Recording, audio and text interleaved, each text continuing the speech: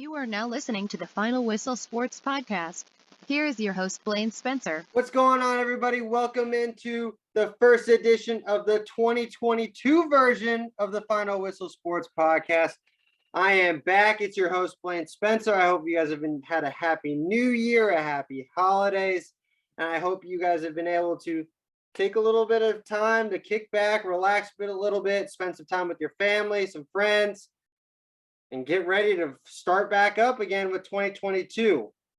And let's try and make this year the best year yet.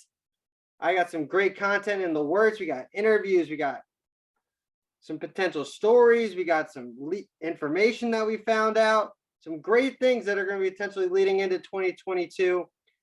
And without further ado, we've got a great slate for you tonight. We've got some talk about the turmoil in Tampa Bay, my prediction of who are going to be the final teams that are going to be in the wild card and be the locks for the NFL, and then my pick for the national championship in the rematch between Alabama and Georgia. So let's dive right in. Tampa Bay, what can you say? It is nothing short of a crisis. Antonio Brown strikes again. What have we learned here in this situation is that good things can never last too long when it comes to Antonio Brown, and it unfolded again this week, and there has been more and more information coming out. I really wanted to come out with a segment right away, but it didn't come out that way because I thought there was going to be potentially more stuff coming out, and oh boy, did it ever. Information's galore. There is now a rift between Antonio Brown and the Tampa Bay Bucks. He's been officially released. He had his antics off the field on Sunday, doing his nice little jumping jacks up and down, throwing his pads off, throwing his gear into the stands, and then jumping jacks in the end zone as he stormed off.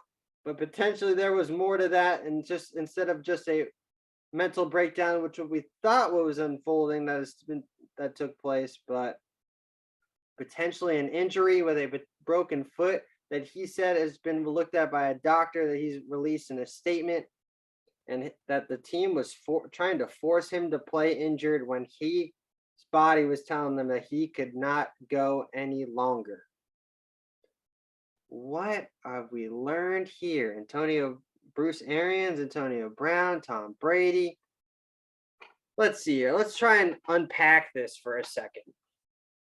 Antonio Brown had two of the greatest coaches in NFL history, Mike Tomlin, Bill Belichick. So he had two. Neither of them could really figure out how to get it to work. Blew up in Pittsburgh. Blew up in New England after one game. The situation in Oakland. He couldn't even get on the field for his first game there. And now he was able to get some time in Tampa Bay over a season now, and lightning has struck again down on Antonio Brown and on the franchise that he is usually with. Apparently the wide receivers coach started screaming out, saying, "You're done, you're done, you're done." Dude, think before you speak, especially when you're talking to Antonio Brown. Why? Because in his history, he does not take what normal people think as his answer 95% of the time. He is not understanding what you're probably thinking. Maybe you're just saying he was done for the game. But no, he thinks that he might be done with his career. He overreacts. Everything spirals into a whole nutshell. Arians said that he didn't know that AB was hurt. He said he was clear to play. But then there's also the situation that AB apparently was complaining about targets at halftime. He was complaining about targets so he can get his money with his incentives and his contract. The week before, he had over 15 targets, 10 catches, over 100 yards. What is true? What is not? Lawyers are involved. It is nothing short of turmoil. But what does this now unfold for Tampa Bay? It's a distraction that takes them this way instead of looking this way towards the field. They're now distracted by it. Now they're answering questions about it. Their media is no longer couldn't care less about their game against Carolina this week. They want to know what's going on with the whole AB situation. Was either in the right? No, and two wrongs don't make a right. But you need to think before you speak, coaches and players and everything. My mom and dad are going to listen to this and be so happy that I have finally learned after 25 years that I am now passing along a lesson to the real world. Think before you speak. It isn't rocket science. Process the information before you relay it. Because if you say something wrong, depending on your audience, it could be misinterpreted. And now we don't know if that's a true misinterpretation. But how can you side with AB? It's stacked against him with his history. Could it be different in this scenario? Yes, really could. But in my perspective, both are wrong. I don't think Tampa Bay is now going to win a Super Bowl. Because now you've lost two critical pieces on the outside. Godwin, I thought they were going to be okay. Why? Antonio Brown could fill that role in Chris Godwin's place. AB's gone. You now have Mike Evans left, basically. What's there? You don't know about his health, hamstring issue. Leonard Fournette injured. Is he going to come back off of IR in time? Levante David on the defensive side. Their secondary has been shambles all year. They're going to have to reinvent themselves offensively, basically probably going multi-tight end sets with Cameron Brate, OJ Howard, and Rob Gronkowski.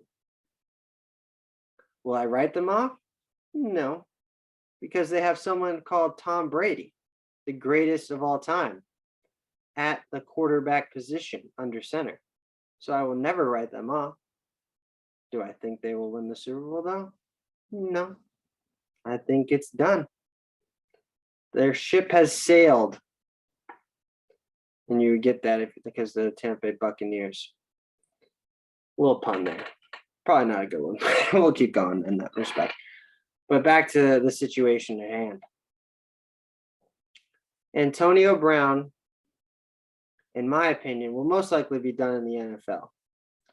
Unless this potentially goes in his favor.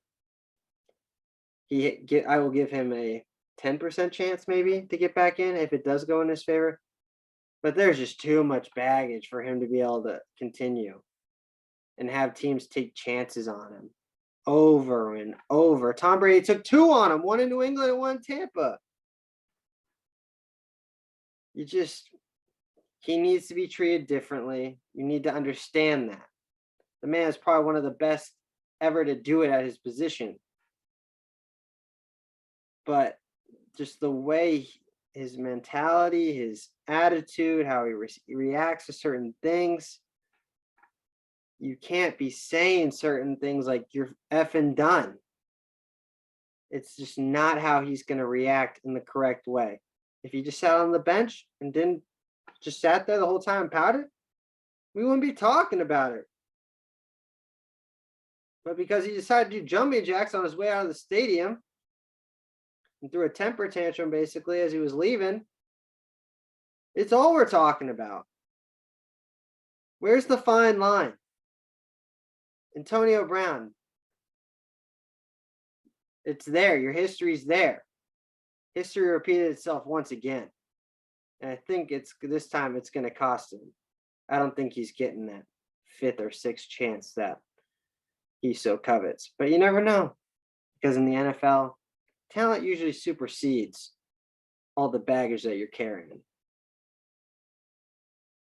But who would the Tampa Bay potentially play?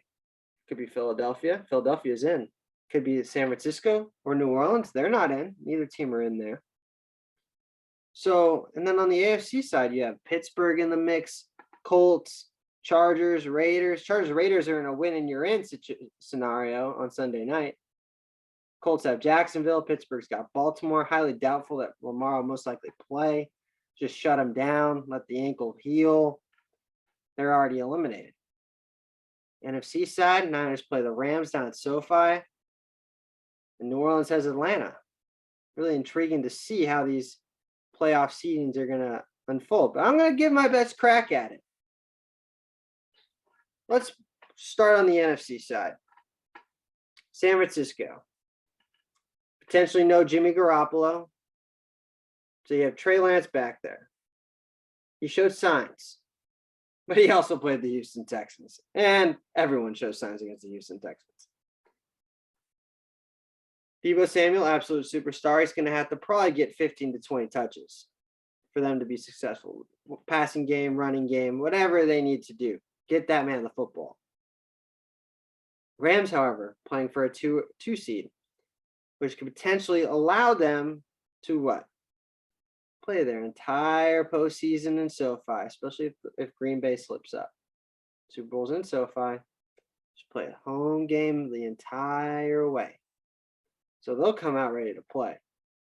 But Matthew Stafford, he's had his woes throwing the football of late. Interceptions, 7 in his last 3 games. Yes, he did come back and win them the football game.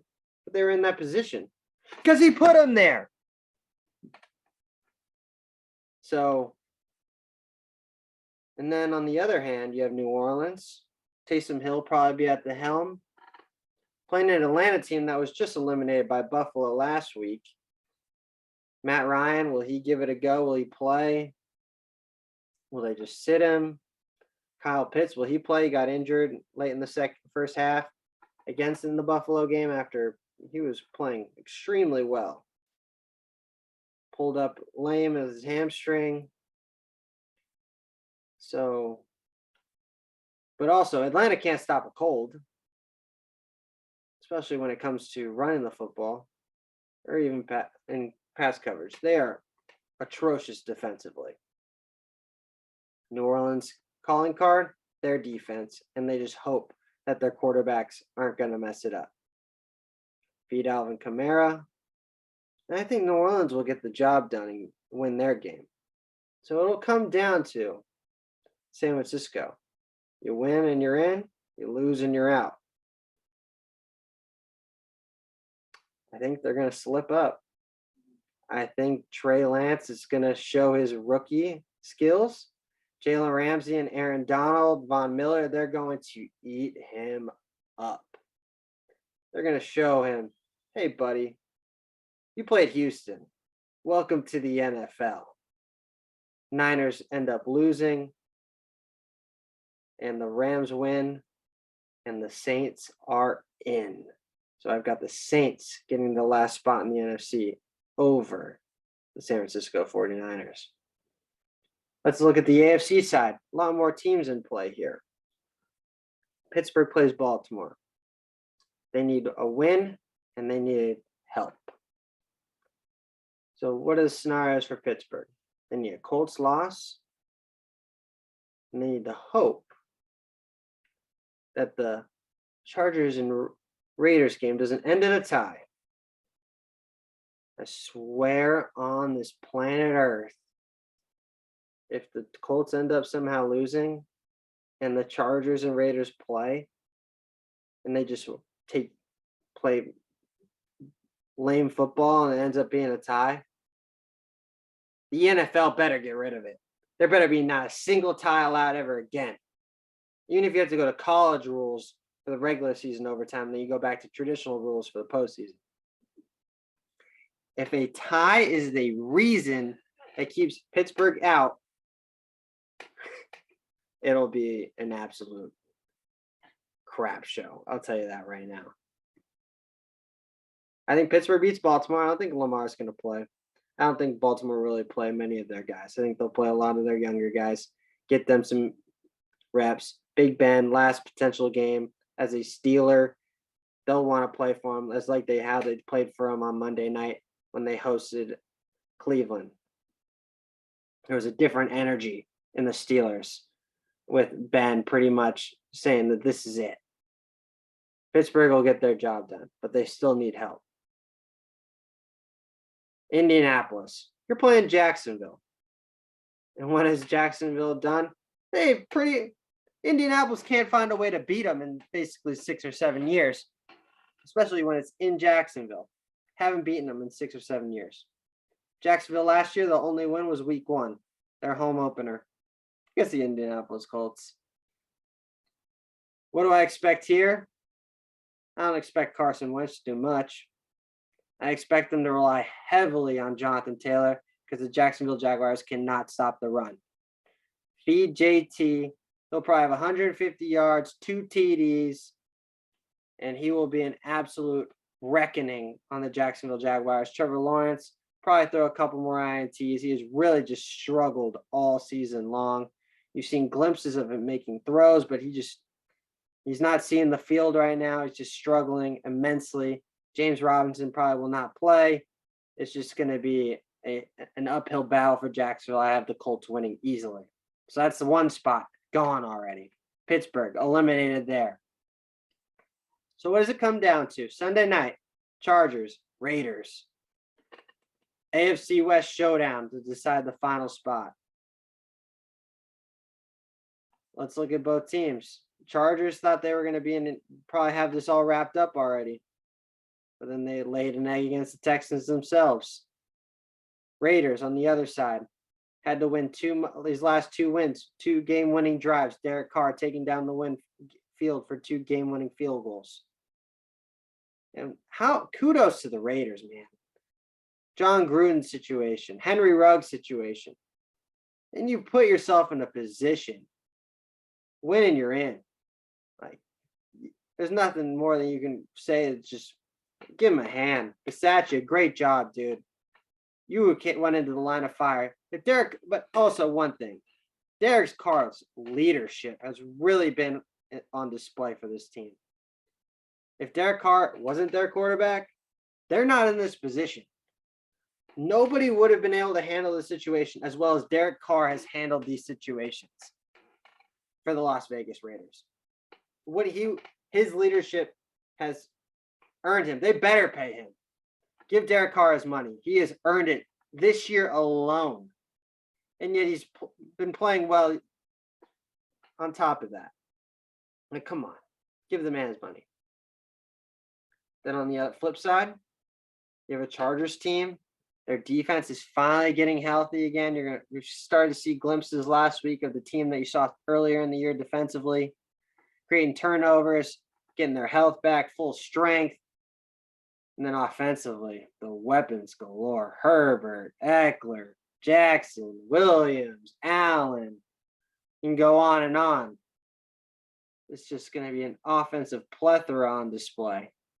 And as a fantasy owner in his championship game this weekend, Justin Herbert and Austin Eckler, it's going to come down to you this week.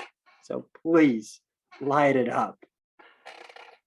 But on not a personal note, I am taking the Chargers to win this game. I think the Raiders will keep it close. Their zone defense will keep it in front of them, force the Chargers to methodically work their way down the field. Zay Jones and Hunter Renfrow will be crucial. Who knows if Waller will play. Josh Jacobs will carry the ball probably 20 to 25 times, keep Herbert and the crew on the other side on the sideline and off the field. But just too much firepower in the Chargers. So I got to roll with the Los Angeles Chargers getting it done on Sunday night. So there you have it, my 3 teams. Chargers are getting in. Colts are getting in. Steelers are on the outside. Raiders on the outside. Saints get in. Niners are on the outside. 3 teams are in. Chargers, Colts, Saints. Lock it in. Let's see if I can put my money where my mouth is. Speaking of where my mouth is, what are we going to do here? National championship takes place Monday night, Indianapolis. The rematch. Alabama beating Georgia the last 4 meetings when it's in a major game. 1 national championship and 2 SEC championships. If not now, when for Georgia? Will it get done? I think so. And this is everything that I go against. I usually, in a win and you're in game, take the better quarterback. Like as I just previously did, taking the Chargers over the Raiders. Better quarterback's Herbert. You take the better quarterback. You have the Heisman Trophy winner, the best quarterback in college football, hands down, in Bryce Young. You have the greatest college football coach ever, Nick Saban in Alabama. But there's just something about this Georgia team that I think they're going to finally break it. I also said that in the SEC championship that I thought they were going to beat them.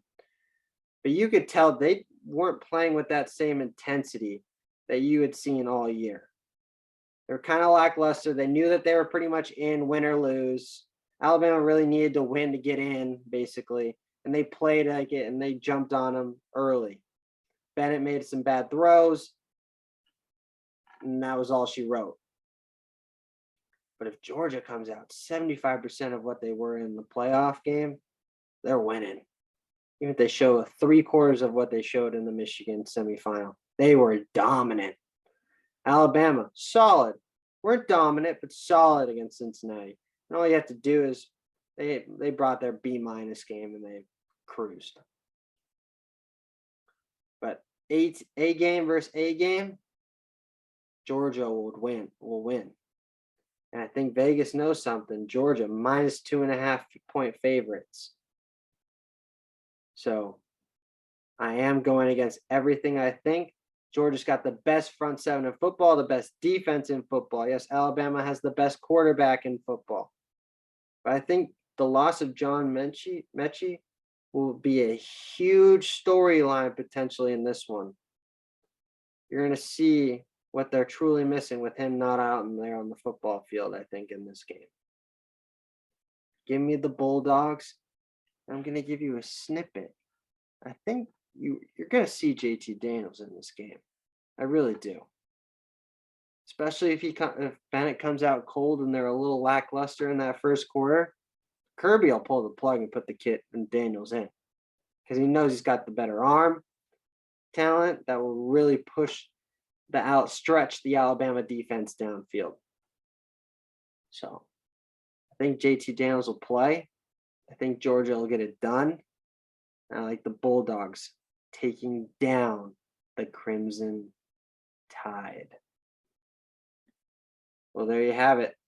That was a quick snippet 2022 episode to get everything started. I've got interviews lined up. I've got more content on the way. Be ready. Stay tuned. I hope everyone has had a happy new year. Thank you so much for all your support, supporting the Final Whistle Sports Podcast. I'm not going to let you guys down and keep bringing you content. Enjoy the rest of your week, everybody. Good night. Stay tuned for more. I'm your host, Blaine Spencer.